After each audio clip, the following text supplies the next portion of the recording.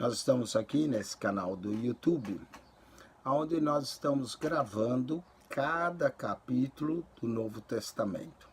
O propósito desse programa é que você possa estudar a Bíblia com comentário tipo vídeo, não é? Então nós vamos fazer o comentário aqui, e você de repente está preso no trânsito, principalmente na Bay Area, às vezes a gente fica bastante tempo no trânsito. Então você pode assistir um programa e assim ouvir a palavra de Deus e alimentar a sua alma. Ou quem sabe numa segunda ou terça-feira chega em casa, você quer fazer um estudo da Bíblia, você também pode consultar. Quando nós terminarmos todos os 260 capítulos do Novo Testamento, então quando você estiver estudando, você quer saber especificamente o que nós falamos em um capítulo, você pode ir lá e também consultar. Pode também usar isso como uma ferramenta para divulgar o Evangelho, apresentando os comentários que nós fazemos aos seus amigos, para que eles também estudem as Escrituras. Muito bem, nós vamos dar continuidade em Mateus, capítulo de número 20.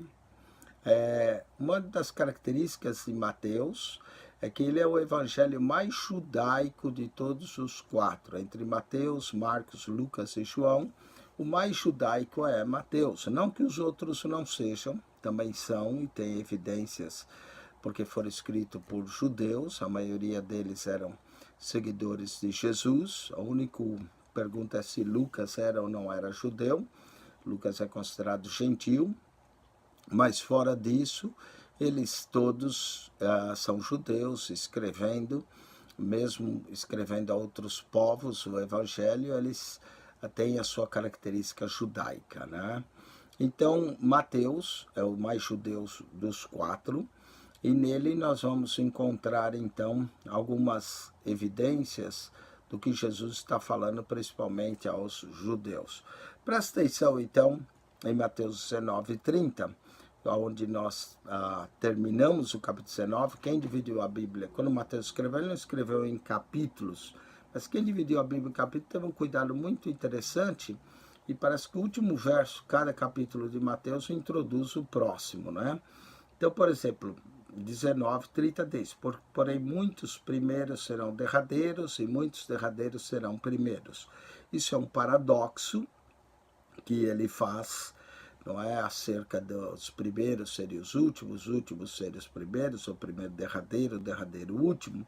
E aí Jesus vai contar uma parábola, e nessa parábola esse ensino de primeiros e derradeiros se repete.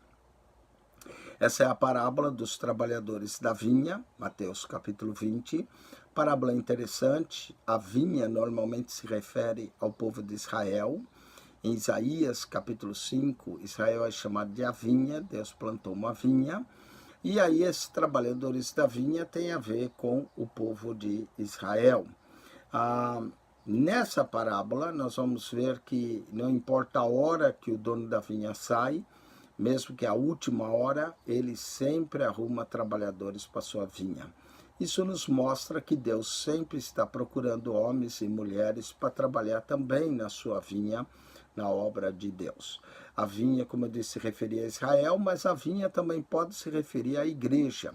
Em João capítulo 15, Jesus diz: eu sou a videira verdadeira e meu pai é o vicultor. Então, como Cristo estabelece a igreja, a vinha também pode representar os trabalhadores da igreja, começar com os apóstolos até o último trabalhador antes da vinda de Jesus. Sempre haverá trabalho, né? Voltando em Mateus capítulo 9, Jesus diz que a seara é grande e os ceifeiros são poucos. Então vamos ver esse dos trabalhadores da vinha no capítulo 20. Jesus começa da seguinte forma: é uma parábola, porque o reino dos céus é semelhante, o reino dos céus é semelhante. Essas parábolas que dizem o reino dos céus é semelhante, é chamado de parábolas de similitudes, ou seja, são coisas similares, é uma comparação. A parábola é uma figura de linguagem que pode ser real, pode ser objetos animados ou inanimados, tanto faz, mas que ensina uma verdade espiritual. Nesse caso, o reino dos céus é semelhante a um homem pai de família. Pai de família indica uma pessoa de autoridade, um homem com autoridade, um senhor que contrata trabalhadores. Essa é uma figura do próprio Deus chamando trabalhadores para a sua vinha.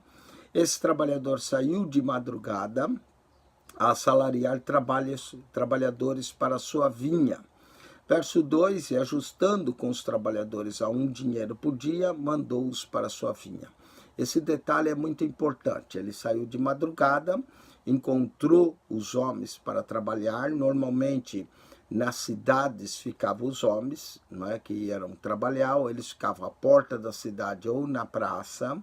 E aqueles donos de campos que trabalhavam com a agricultura vinham até a cidade para achar trabalhadores para a sua vinha, não é?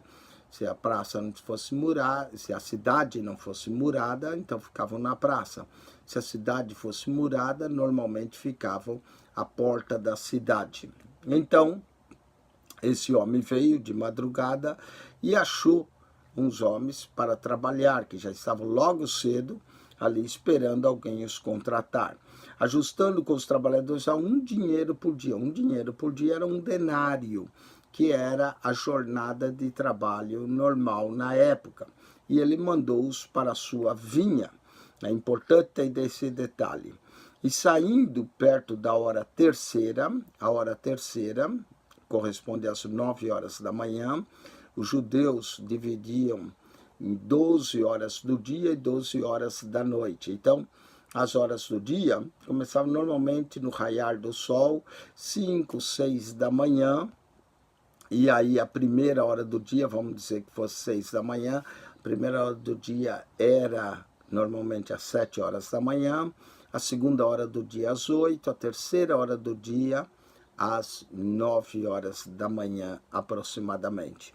Note que esses que vão trabalhar às 9 horas da manhã, certamente não deveriam receber a mesma coisa que os outros receberam, a jornada de um dia inteiro, porque eles não vão trabalhar um dia inteiro, eles vão trabalhar 3/4 de um dia, não é? Então, eles deveriam receber menos, mas nós vamos ver nessa parábola algo interessante. Então, saiu, viu outros que estavam ociosos na praça e disse-lhes: ide vós também para a vinha e dar-vos-ei o que for justo. Note que o Senhor não tratou aqui o salário, apenas disse que daria o que era justo a eles. E eles foram. Saindo outra vez, perto da hora sexta e nona, fez o mesmo. Hora sexta seria o meio-dia, né? Começando às 6, primeira hora do dia 7, segunda hora do dia 8, terceira hora do dia 9, quarta hora do dia 10, quinta hora do dia 11, sexta hora do dia ao meio-dia. Nona hora do dia, né? A oitava hora seria 1 da tarde, né? Sétima hora, 1 hora da tarde, oitava hora, 2 horas, e a nona hora, 3 horas da tarde. Então, saindo perto da hora sexta e nona, fez o mesmo.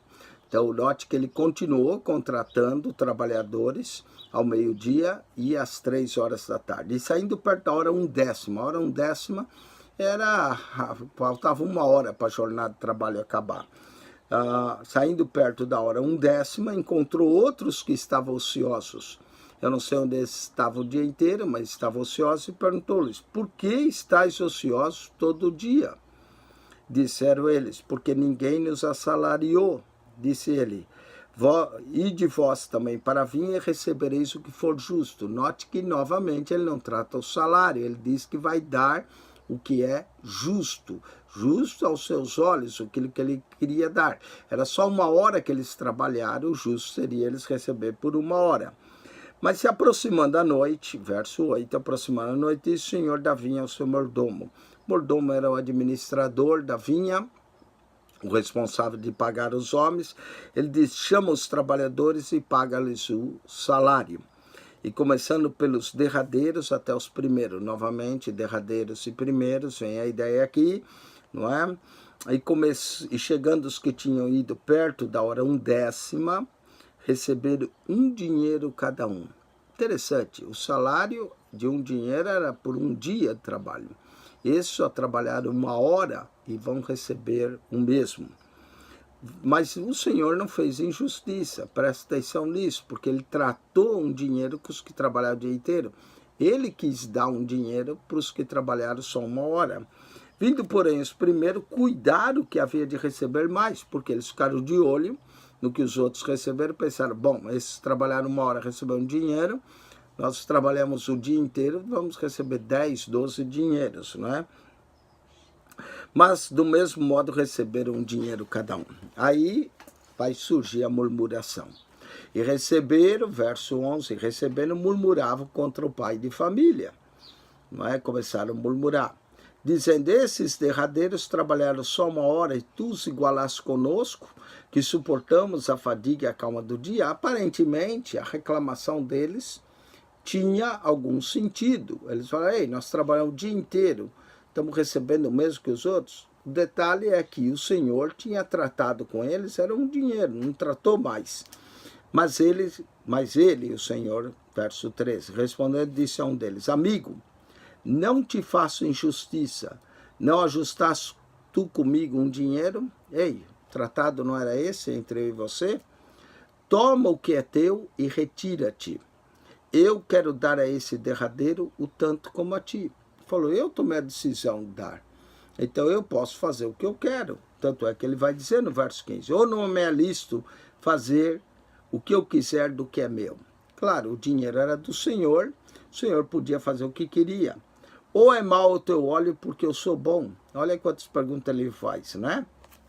Assim os derradeiros serão os primeiros, e os primeiros derradeiros, porque muitos são chamados, mas poucos escolhidos. Muito bem, essa é a parábola. Entendendo no contexto de Israel, que é o contexto inicial com que Mateus escreve, e é o contexto da época, a vinha era Israel. Certamente aqueles que vieram no Antigo Testamento, que passaram perseguições e outras coisas, suportaram o calor e a fadiga do dia. E quem que são os trabalhadores da última hora, nesse caso? Os trabalhadores da última hora, nesse caso, seriam os discípulos, não é, de Jesus, que Jesus quer que eles recebam a mesma graça, ou Deus quer que eles recebam a mesma graça que os outros tiveram. Então, o que a parábola nos ensina é que Deus derrama da mesma graça, tanto para aqueles que passam o calor do dia, quanto para os trabalhadores da última hora. Entendendo essa parábola num contexto mais futurista, não é? Ou seja, dos nossos dias, nós poderíamos dizer que os trabalhadores da primeira hora seriam os apóstolos, os discípulos, que passaram momentos mais difíceis, porque a igreja estava começando. A igreja, a princípio, foi perseguida pelos judeus, depois pelos romanos, a partir de Nero. E quantos dos apóstolos do Senhor não pagaram um alto preço, dando a sua vida no grande Coliseu, entregando e morrendo como sacrifício. E, de repente, nós que talvez somos a geração do último momento, antes da volta de Cristo, imagine só alguém aceitar Jesus essa semana, e Jesus vem a semana que vem, e ele já começou a trabalhar na seara, mas trabalhou só por 1 semana, vai receber do mesmo galardão do que aqueles que estão trabalhando 30, 40 anos, gozarão do mesmo céu, da mesma graça. E alguém vai reclamar porque está no céu e porque o outro só ficou 1 semana? De maneira nenhuma. O Senhor é bom, o Senhor derrama da sua graça, não é? Aquilo que ele trata conosco, ele vai nos dar. E se ele quiser dar mais para outro, o que nós vamos reclamar? A parábola ensina, os últimos serão os primeiros serão os derradeiros e os derradeiros serão os primeiros, não é? Os últimos que vierem para a obra do Senhor, e na última geração, na última hora, ou na última semana, ou no último dia, irão gozar do mesmo céu, da mesma salvação, do que aqueles que passaram tentações, lutas a vida toda. Então não há injustiça da parte de Deus. Não é? Deus é bom. A parábola ensina que o homem, o trabalhador aquele é bom. Ele está recompensando da mesma forma aqueles que suportaram a fadiga do dia, o que foi o que ele tratou, do que aqueles da última hora. Então, uma parábola maravilhosa. Outra coisa que essa parábola nos ensina é que não importa a hora do dia ou o momento em que você começa a trabalhar, o importante é que você trabalhe na vinha e que Deus não gosta de pessoas ociosas, ou seja, pessoas que não fazem nada na obra de Deus. Porque quem não faz nada acaba fazendo como esse, só murmura. Então é importante que na obra de Deus nós façamos alguma coisa, que nós não estejamos ociosos. Ele está sempre chamando, e a parábola termina justamente Jesus ensinando, porque muitos são chamados, mas poucos escolhidos. O importante não é só ser chamado, o importante é ser escolhido também por Deus para executar a sua obra. E se você foi chamado e escolhido por Deus, algo maravilhoso que você tem que dar valor a isso e procurar fazer o seu trabalho da melhor forma possível, porque você está no final trabalhando para Deus, não para os homens, não é? E quem vai te dar a recompensa é Deus. O reino dos céus é semelhante. Então essa parábola pode ser entendida no contexto de Israel, sendo que os que vieram no Antigo Testamento são os trabalhadores da primeira hora até os discípulos, ou pode ser entendida no contexto da igreja, que a vinha é a igreja, e os primeiros discípulos de Jesus foram os trabalhadores da primeira hora, e nós somos os da última. Olha como a palavra de Deus é bonita, pode ser entendida nos dois sentidos, não é? E os dois sentidos têm o seu valor de interpretação. Uma é no tempo de Mateus e outra é nos nossos dias. Mas muitos são chamados, poucos os escolhidos. Que nós sejamos escolhidos pelo Senhor para a sua obra. Verso 17, Mateus 20, 17 diz: E subindo Jesus a Jerusalém. A subida de Jesus a Jerusalém vai marcar o final do ministério de Jesus, que vai culminar na crucificação do Mestre, onde ele vai morrer pelos nossos pecados, mas graças a Deus ele vai ressuscitar, não é? E subindo Jesus a Jerusalém, chamou à parte os seus 12 discípulos no caminho e disse-lhes. Jesus aproveitava o caminho, as viagens que ele fazia, para ensinar os seus discípulos. Os discípulos andavam com ele, então ele está indo para Jerusalém. Jerusalém vai marcar exatamente a última semana de Cristo, sua entrada triunfal, no capítulo 21, que nós vamos ver, e ele vai morrer pelos pecados da humanidade. Então ele chama os seus discípulos e ele vai prevenir eles o que vai acontecer em Jerusalém antecipadamente. Essa é a quinta vez que Jesus vai falar acerca da sua morte no Evangelho de Mateus. Presta atenção. Verso 18, ele diz: Eis que vamos para Jerusalém, e o Filho do Homem será entregue aos príncipes do sacerdote, aos escribas, e condená-lo à morte. E o entregarão aos gentios, para que deles escarneçam, e o açoite, e crucifique, e ao terceiro dia ressuscitará. Como eu disse, é a quinta predição de Jesus no Evangelho de Mateus. A primeira, eu vou te dar 5, presta atenção, essa é a quinta. A primeira se encontra em Mateus capítulo 12, verso 40, quando eles pedem um sinal a Jesus, e Jesus disse: uma geração má e adúltera pede um sinal, e nenhum sinal será lhe dado, senão do profeta Jonas. Mesmo dizendo nenhum sinal será dado, ele deu o sinal. O sinal é do profeta Jonas, que assim como Jonas teve 3 dias e 3 noites no ventre do grande peixe, Jesus estaria 3 dias e 3 noites no seio da terra, falando do processo da sua morte e da sua ressurreição.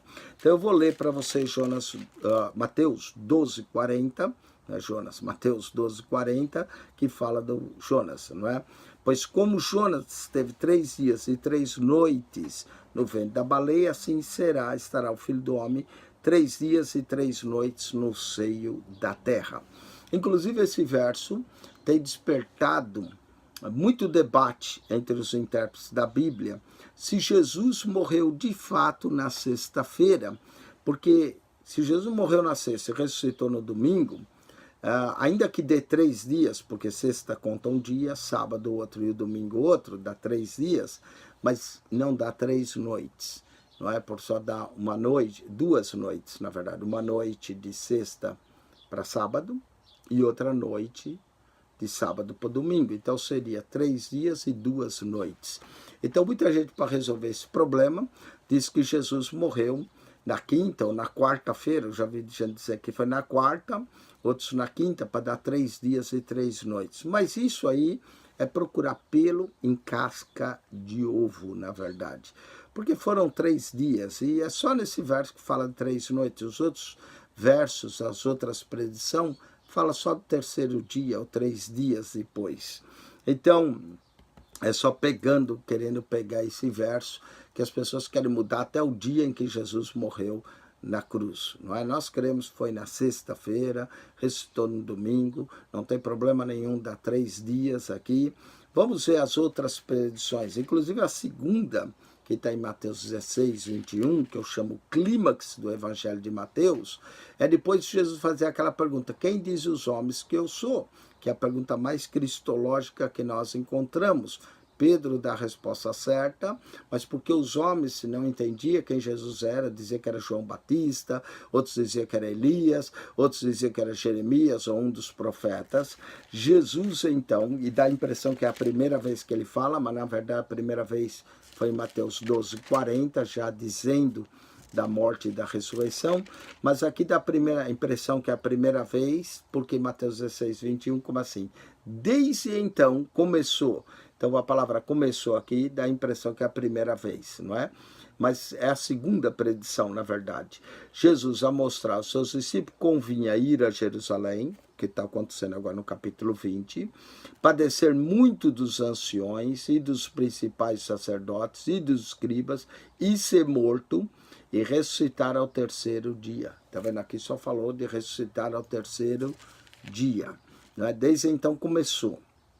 Então Jesus já tinha dado um indício anteriormente, mas agora ele começa a falar aos seus discípulos, mais particularmente, por isso tem a palavra começou, mas é a segunda predição. A terceira ocorre depois que Jesus foi ao Monte da Transfiguração, quando ele vem descendo, apareceram-lhe Moisés e Elias. Mateus não menciona o que Moisés e Elias falavam. Lucas nos diz que falava da morte de Jesus, não é? E aí, quando eles estão descendo, eles perguntam acerca de Elias, porque era necessário que Elias viesse primeiro, e 17, 12 nós vamos ter a terceira predição. Mas digo-vos que Elias já veio e não o conheceram, mas fizeram tudo o que quiseram. Assim farão também padecer o Filho do Homem. Uma predição pequena, mas fala que ele vai padecer, não é? O Filho do Homem vai padecer. Ainda no capítulo 17 nós vamos ter a quarta predição. Veja bem, a primeira 12, 40, a segunda 16, 21, a terceira 17, 12, a quarta está em 17, 22 e 23. Diz, ora, achando-se na Galileia, agora Jesus já estava na Galileia, tá vendo? Disse-lhes Jesus, o Filho do Homem será entregue na mão dos homens, e matá-lo-ão, e ao terceiro dia ressuscitará, e eles se entristeceram muito. Você vai notar que nessas predições, Jesus fala de ser morto e ressuscitar ao terceiro dia. Morto e ressuscitar ao terceiro dia. Mas ele não fala de crucificação. Mas no capítulo 20, aí ele fala de crucificação. Eu vou ler para você. Eis que vamos para Jerusalém, 20, 18. O Filho do Homem será entregue, igual às outras anteriores, ao príncipe, sacerdote, escriba, condená-lo à morte. Até aí está igual. Mas olha o que acrescenta no verso 19. E o entregarão aos gentios, isso ele não tinha dito, aqui ele aumentou algo, para que deles escarneçam e o açoite e crucifique. Aqui Jesus já está falando que será crucificado. Açoite e crucificam, prendam, né, o escarneçam, dele o açoite o crucifica, e ao terceiro dia ressuscitará como as demais. Então, o que isso nos ensina? Que a revelação de Deus, ela é progressiva, ou seja, conforme o tempo passa, né, vai revelando Deus.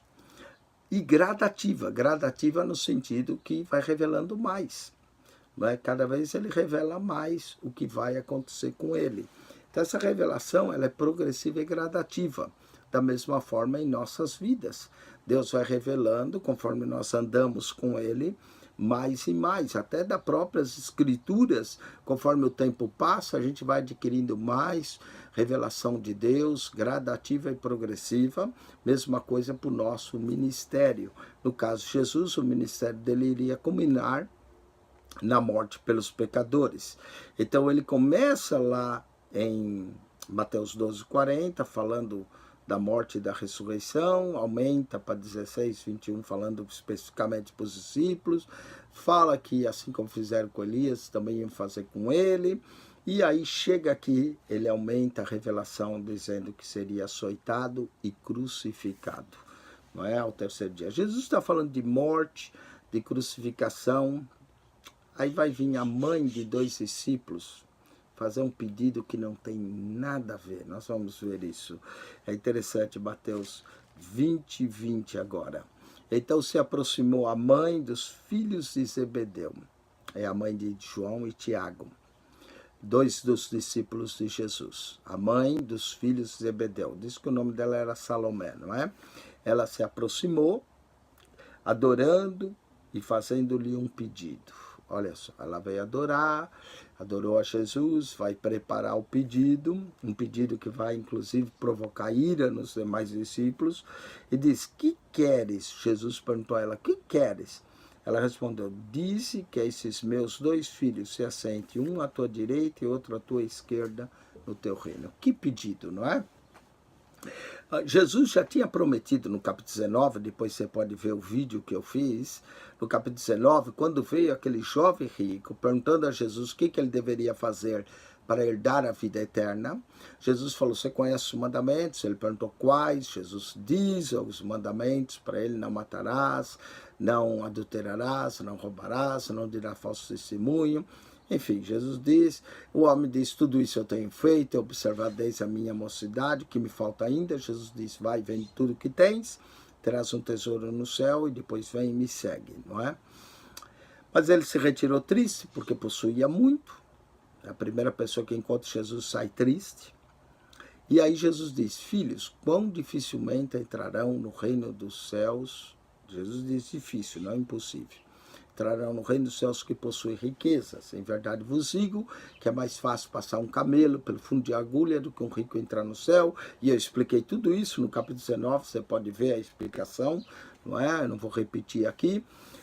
Mas Pedro faz uma pergunta: eis que nós deixamos tudo e te seguimos, o que nós vamos receber?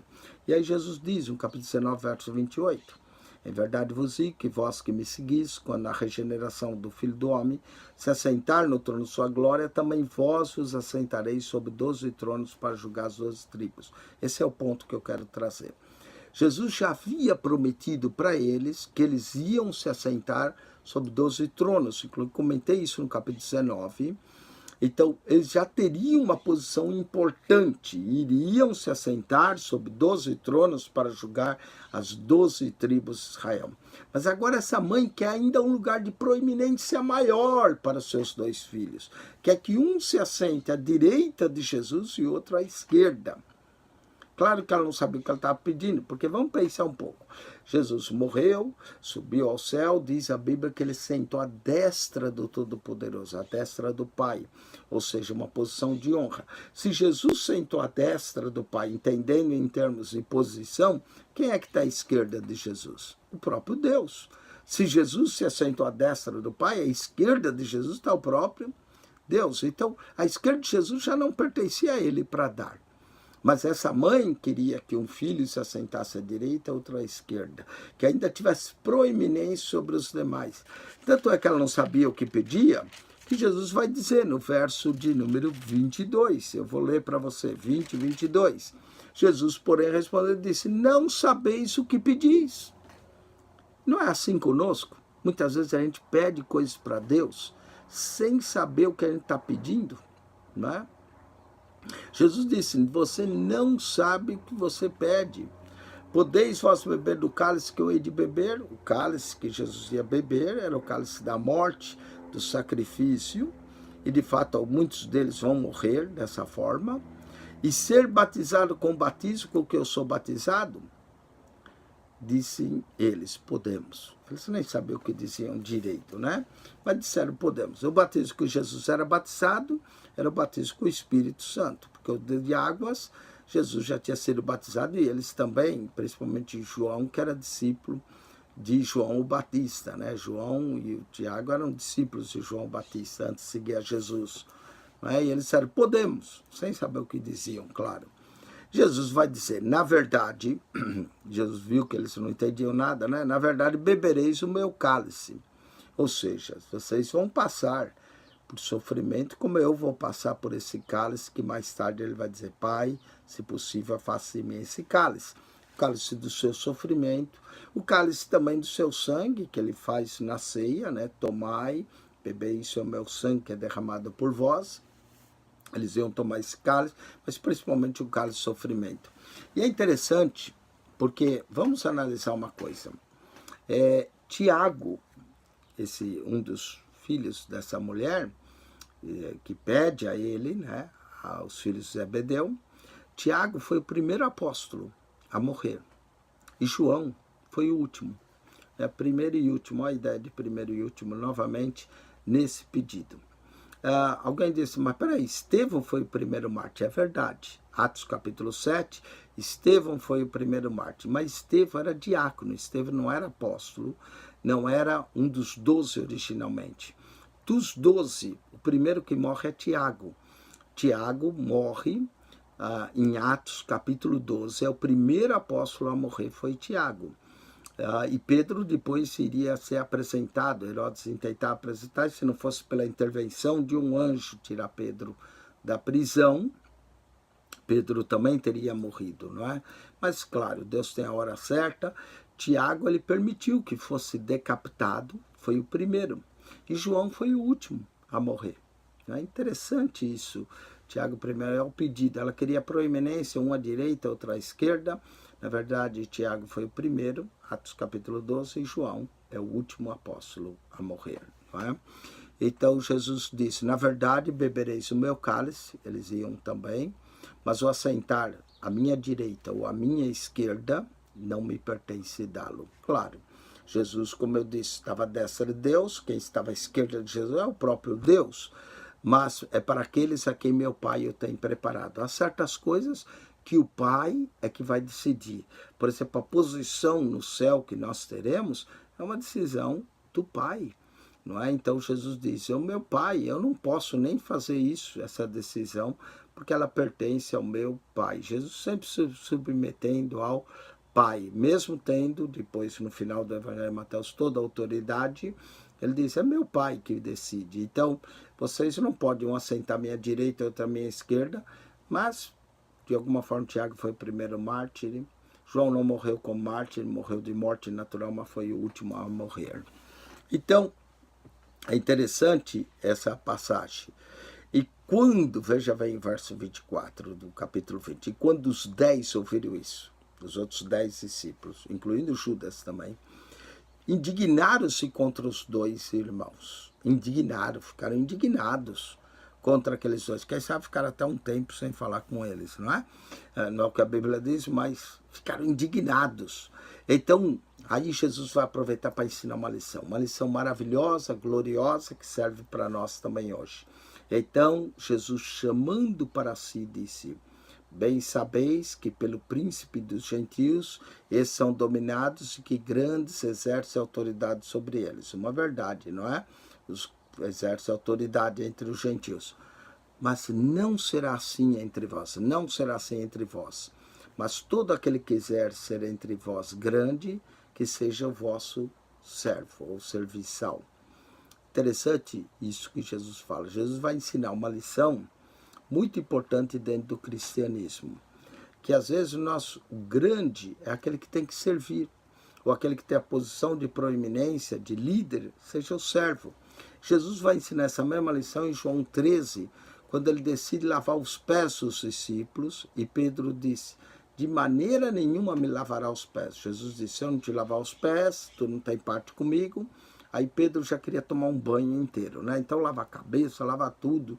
Jesus falou, não precisa lavar tudo. só os pés são necessários. Mas Jesus mostra e depois diz, olha, vocês me chamam de mestre e senhor, e de fato eu sou, e sendo mestre e senhor, lavei-lhe os pés. Fiz isso para que vocês também façam. Tem gente que faz na quinta-feira, que nem da Páscoa, faz a lavagem dos pés, não é para lembrar isso. Mas o que Jesus está ensinando é uma lição de humildade, que o líder verdadeiro não é aquele que manda, que bate, que isso, que aquilo, mas que seja aquele que serve. Eu sou pastor e eu entendo isso, e às vezes quando crentes chegam em mim, eu disse, irmão, o que eu posso lhe servir? Porque eu estou na igreja como líder, não é para os outros me servirem, mas é para mim servir os irmãos. Servir eles com a palavra de Deus, servir eles ajudando no que eles precisam. Não é? Então, o líder cristão não é um líder igual político, autoritário, é isso que Jesus está falando. Entre os gentios exerce domínio, poder, não é o líder que domina, eu sou o pastor, eu domino todo mundo. Não, o líder cristão é um líder serviçal, que está disposto a lavar o pé dos seus membros, a ser alguém como Jesus, que veio para servir e não para ser servido. Inclusive, essa ideia está aqui, uma grande lição aqui. Jesus chamou os discípulos, aproveitou esse pedido errado da mãe deles, que queria ter a proeminência sobre os demais, e disse, entre vocês não será assim, o maior será o vosso servo. E ele disse, em qualquer, verso 27, capítulo, qualquer entre vós quiser ser o primeiro, que seja servo de todos, não é? Servo de todos. Há uma canção que diz, né,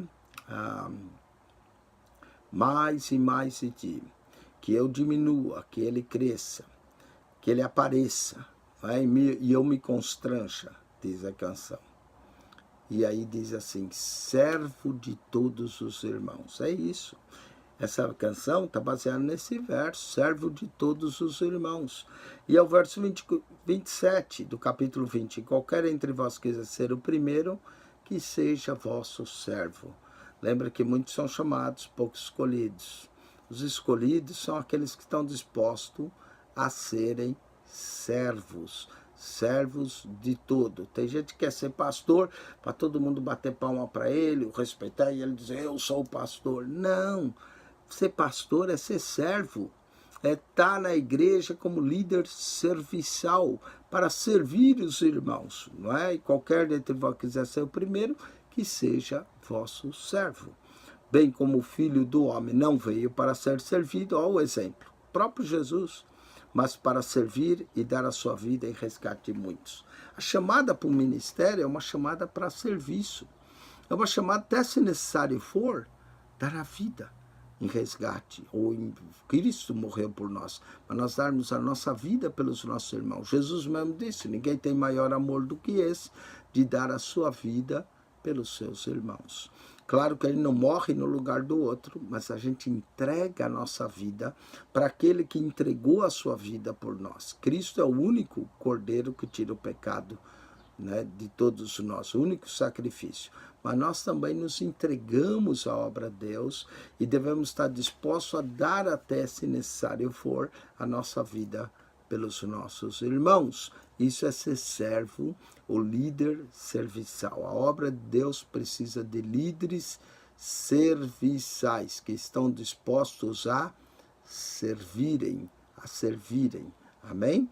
Muitos são chamados, poucos escolhidos para servirem. Muito bem. Nós estamos quase terminando o capítulo 20, vai terminar com um milagre que acontece na cidade de Jericó. A cidade de Jericó ficava próximo a Jerusalém, era uma cidade de veraneio, o próprio Herodes tinha um palácio ali, que ele passava o verão na cidade de Jericó, próximo ao Mar Morto, onde as águas são bem salgadas, serve para tratamento de rins, reumatismo, excelente. Gente da Europa vai a Israel se tratar no Mar Morto, né? Jesus está saindo de Jericó, note que ele está indo para Jerusalém, e saindo ele de Jericó, seguia a grande multidão. Era normal as multidões seguir, muita gente com Jesus, além dos discípulos, e eis que 2 cegos assentados junto ao caminho. Por que os cegos se assentavam junto ao caminho? Porque eles pediam esmolas, não é? Paralíticos, coxos, se assentavam para pedir esmolas junto ao caminho. Eles, ouvindo que Jesus passava, eram cegos, mas não eram surdos. Aliás, quando uma pessoa tem uma deficiência, de alguma forma, outro sentido desenvolve-se muito. Eu tinha uma professora de história cega, que ela sabia exatamente onde os alunos sentavam na quinta série, e quando ela ouvia um barulho, ela sabia de onde vinha e sabia qual era o aluno que estava sentado. Tinha amigos meus que diziam, será que ela é cega mesmo? Ela era porque os olhos dela eram bem esbugalhados, ela era de fato cega, mas o ouvido era tão aguçado que parecia que ela fazia duas coisas com o ouvido, ela ouvia e via com o ouvido, não é? Então, esses cegos, eles eram cegos. Presta atenção. Cegos físicos, mas não eram nem cegos espirituais e nem surdos. Eles ouviram que Jesus passava e clamavam. E por que eu digo que eles não eram cegos espirituais? Eles ouviram que Jesus passava. Quem passava era Jesus, o homem chamado Jesus. Mas eles não gritaram, Jesus! Olha como eles vão gritar. Senhor, filho de Davi, um título messiânico. Aliás, Mateus começa assim, né? Livro da genealogia de Jesus, filho de Davi, filho de Abraão. Título messiânico dele. Jesus, filho de Davi, tu és o verdadeiro rei de Israel. Não é? Jesus, filho de Davi, tem misericórdia de nós, é o clamor dos cegos. Os dois clamavam. Eles eram cegos, mas não eram surdos, nem cegos espirituais. Eles sabiam quem Jesus era. Jesus, filho de Davi, tem misericórdia de nós. Verso 31, a multidão repreendiam para que se calasse. Cala, ele não está ouvindo vocês, está ocupado demais. Quem mandava ele se calar, mandava porque não eram cegos, não é? Mas eles sabiam a dificuldade que era ser cego. Eles se assentavam a pedir esmolas, mas eles queriam era ser curados da sua cegueira. E ao ouvir que Jesus passava, eles disseram, não vamos perder essa oportunidade. Sabe que tem muita gente que vai à igreja, Jesus está passando na igreja, e ele não recebe nada porque ele perde as oportunidades. Ou ele vai à igreja esperando não receber nada, quando na verdade nós deveríamos ir à igreja esperando receber cura, esperando receber milagres, esperando receber resposta, porque cada domingo Jesus também passa na igreja. Não é? Tem gente que não recebe nada porque não espera nada. Mas se você tiver fé que cada passagem que Jesus passa, você pode receber algo, Deus pode te abençoar, Deus pode te dar algo novo. Cada culto é um culto novo. Um culto nunca deve ser igual ao outro, porque Deus sempre faz coisas novas. E cada culto pode ser uma oportunidade de você receber algo bom da parte de Deus. Tem gente que às vezes eu pergunto, irmão, você não vai à igreja porque a pastora está meio doente? Ué, você tem que vir à igreja para Jesus te curar. É aí que você deve vir à igreja. O Salvador, o curador, aquele que tira as dores, se não está na igreja, aí sim que você deveria vir à igreja. Aí sim que você não deveria perder culto. Eu já fui para a igreja com febre, eu já fui para a igreja com gripe, já fui para a igreja com dor nas costas. Não interessa, e teve vezes de chegar na igreja com uma tremenda dor nas costas e sair muito melhor, porque aquele que cura está lá. Não é? Você perde a oportunidade de às vezes ser abençoado por Deus, deixando de ir ao culto. Cada culto Jesus passa. E a sua oportunidade, esses homens decidiram não perder a oportunidade, mesmo a multidão dizendo para eles, cala, ele não está ouvindo. Aí que eles gritavam e clamavam mais alto ainda, dizendo, Senhor, filho de Davi, tem misericórdia de nós. Que maravilha, não é? Que insistência. Para ganhar as coisas de Deus, é preciso ter persistência. É preciso clamar, independente da circunstância, independente do que as pessoas dizem. Confie no Senhor. Entrega o teu caminho a Ele, confia nele e Ele tudo fará. Foi o que os cegos fizeram. Eles se assentavam para mendigar, porque, como eu disse, Jericó tinha muitos ricos, muita gente ia passar o verão lá, enfim, era um lugar ideal para receber ofertas e esmolas, mas eles não queriam ficar recebendo oferta e esmola a vida toda, eles queriam uma mudança, e quem pode mudar a nossa vida é Jesus. Quando Jesus passa, ele vem para transformar, mudar a nossa vida, e você também pode alcançar uma grande bênção de Deus, se você aproveitar as oportunidades que Deus te dá. E cada culto é uma oportunidade. Muito bem. Eles gritaram mais alto, e Jesus parando. Ah, irmãos, quando Jesus para é uma maravilha. Que Ele possa parar em nossa vida, parar em nossa casa, parar em nosso coração. E Jesus parando, clamando, diz, que queres que vos faça? Eu não estava lá. Mas se eu tivesse, talvez teria essa liberdade de perguntar a Jesus: Jesus, como que queres que eu te faça? Os homens são cegos. Está na cara que eles querem ver, não é? Mas o Senhor sabe o que faz. Certa vez, se eu perguntasse isso, talvez Jesus até me repreenderia, não é? E que queres que vos faça? Porque mesmo sabendo o que nós precisamos, mesmo conhecendo as nossas necessidades, mesmo assim Deus quer que nós peçamos. Jesus mesmo disse que o Pai sabe o que nós precisamos antes mesmo de nós pedir. Lê lá Mateus 5, 6 e 7. Você vai ver, principalmente no 6, que ele fala de oração. Então, ele sabe o que nós precisamos, mas mesmo assim, no 7 ele diz: pedi e dar-se-vos-á. Buscai e achareis, batei e abrir-se-vos-á. Jesus perguntou para eles, o que queres que eu vos faça? Veja bem, eles se assentavam para pedir esmola. Eles podiam dizer: dá-nos uma esmolinha aí, Jesus. Não é? Vê aí se Judas, o tesoureiro, tem uma moedinha para dar para nós. Mas não era o que eles queriam. Eles estavam diante daquele que podia abrir os olhos dele, que podia dar o milagre deles. E você já pensou que toda vez você chega diante de Deus, você está diante daquele que tem a solução para todos os seus problemas? Eles disseram, e é interessante a história do cego vindo logo depois do pedido da mãe dos dois, porque estava um pouco cego também, não é? Entendeu? Nós ficamos cegos para certas coisas. E aí, eles disseram: Senhor, que os nossos olhos sejam abertos. Ah, que pedido maravilhoso. A oportunidade estava diante deles, a luz do mundo. Aquele que abre os olhos ao cego. Isaías 35, 5 dizia: quando ele viesse, eis que os cegos viriam, os coxos saltariam. Eles estavam diante do filho Davi. E eles sabiam que o Messias, o prometido, podia abrir os olhos. Eles, inclusive, provavelmente já tinham ouvido falar de outras curas que Jesus fez. E eles disseram: Senhor, que os nossos olhos sejam abertos. Ah, Jesus, abre os nossos olhos também para ver a verdade da Tua palavra. Abre os nossos olhos para ver a Tua mão agir nas nossas vidas. Quantas vezes o Senhor está querendo nos abençoar e nós estamos como esses cegos, não é? Mas eles eram cegos físicos mesmo. Senhor, que os nossos olhos sejam abertos. Então, presta atenção nisso. Jesus, movido de íntima compaixão, o que levava Jesus a curar era a compaixão, a misericórdia, a capacidade de sentir a dor do outro. Compaixão quer dizer empatia, paixão quer dizer o sofrimento, a capacidade de sentir o sofrimento daqueles cegos. Então, Jesus, movido de íntima compaixão, tocou-lhe nos olhos. Ah, o toque de Jesus.